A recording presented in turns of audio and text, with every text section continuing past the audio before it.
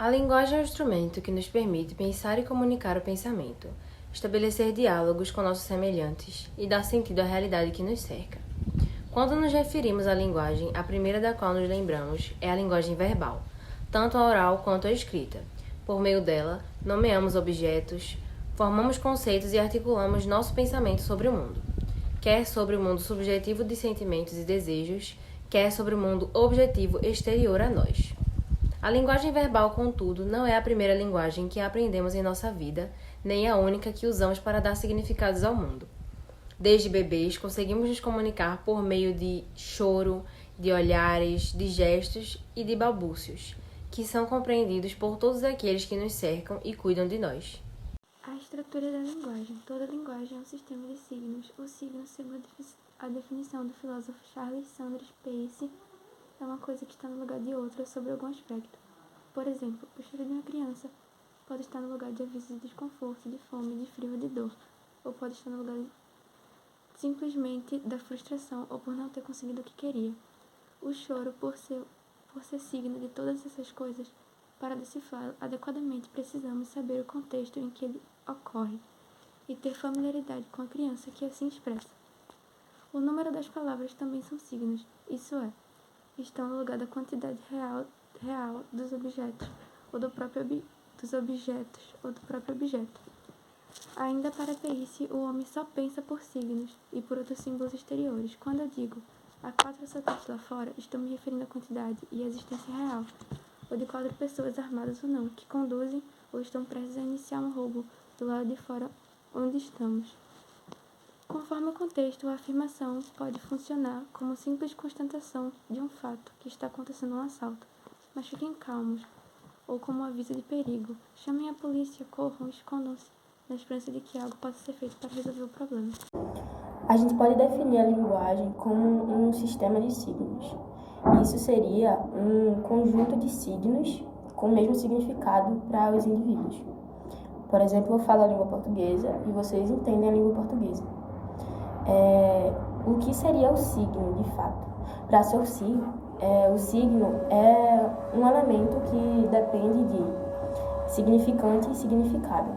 E o significante é aquilo que dá forma, é aquilo que expressa, por exemplo. E o significado é aquilo que significa o significado dessa forma. Como, por exemplo, eu posso falar árvore, vocês vão entender o que é uma árvore, vocês vão formular a imagem de uma árvore. Isso seria o significante e o significado.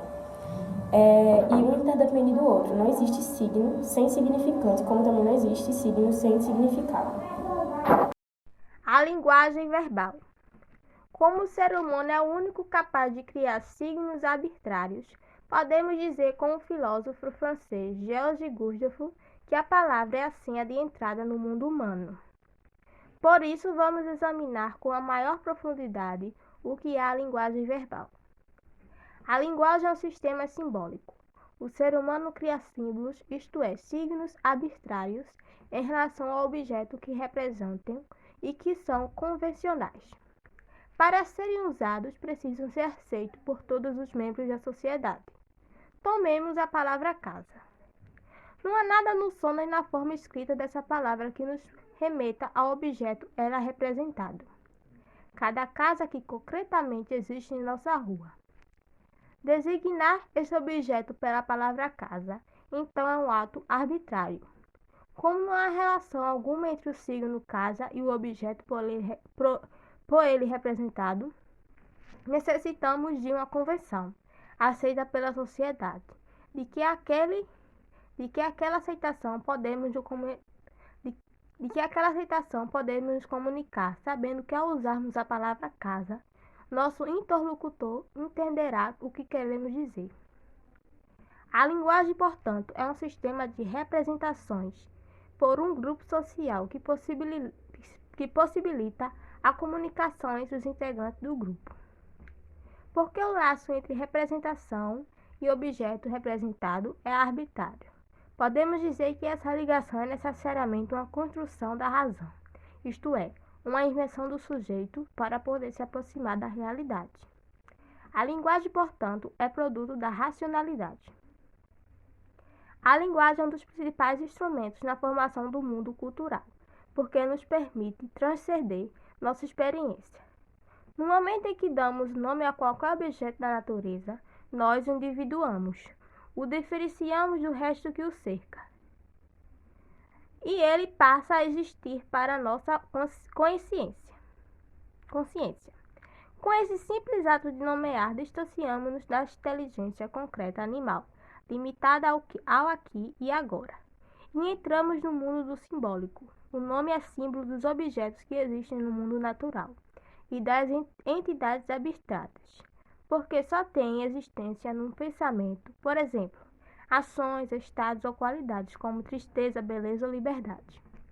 O nome tem capacidade de tornar presente a nossa consciência com um objeto que está longe de nós. O nome ou a palavra retém na nossa memória, enquanto ideia, aquilo que já não está ao alcance dos nossos sentidos. O cheiro do mar, o toque da mão da pessoa amada, o som da voz do pai, o rosto de um amigo querido. Temos o entendimento de que o simples pronunciar de uma palavra representa, isto é, torna presente em nossa consciência o objeto a que ela se refere. Não precisamos mais da existência física das coisas. Criamos por meio da linguagem um mundo estável de ideias que nos permite lembrar o que já foi e projetar o que será. Dessa forma é instaurada a temporalidade no existir humano. Pela linguagem, o ser humano deixa de reagir somente ao presente, ao imediato. Passa ao poder pensar o passado e o futuro, e com isso a construir seu projeto de vida. Por transcender ou ir além da situação concreta, do fluir contínuo da vida. O mundo criado pela linguagem se apresenta mais estável e sofre mudanças mais lentas do que o mundo natural. Pelas palavras, podemos transmitir o conhecimento acumulado por uma pessoa ou sociedade. Podemos passar adiante essa construção da razão que se chama cultura. Obrigada.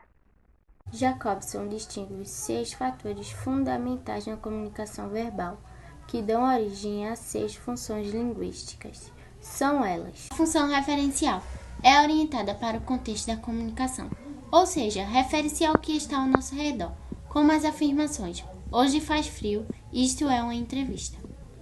A função expressiva ou emotiva, ela está centrada no emissor, que declara sua atitude afetiva sobre o assunto do qual está tratando, como em uma poesia ou em xingamentos. A função conativa é orientada para o destinatário, invocando o "Ei, você aí", ou dando-lhe uma ordem. Olá, professora, sou Samanta, de primeira DMA, e hoje irei falar sobre função fática, função poética e função metalinguística. A função fática ela tem o objetivo de atrair o meu receptor, atrair com quem eu falo.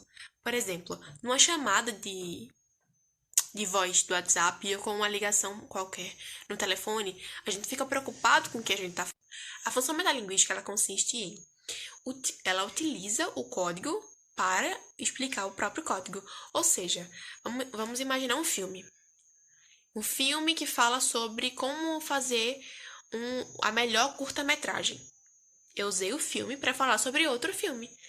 Entende? Eu precisei usar o meu recurso para falar sobre o meu próprio recurso. A poética ela tem a função, o objetivo de transmitir o sentimento do autor. Ela modifica convencionalmente a forma da escrita. E um dos exemplos... Linguagem, pensamento e cultura. Do mesmo modo como existem diversos tipos de linguagens, existem diferentes tipos de pensamento. Há um pensamento concreto que se forma a partir de percepção sensível, ou seja, da representação de objetos reais. É imediato, sensível e intuitivo.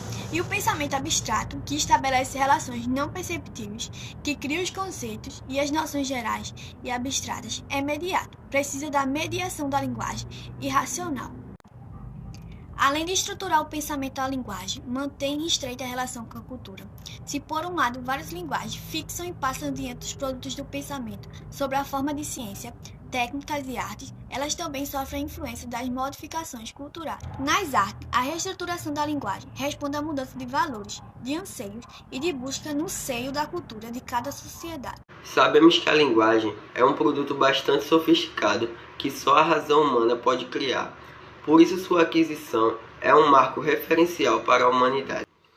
A linguagem é simbólica, estruturada, adequada à cultura dentro da qual se desenvolve, apropriada ao tipo de pensamento que pretende comunicar ou expressar. Ela permite que o ser humano vá além do mundo vivido do presente e vá em direção ao mundo das ideias.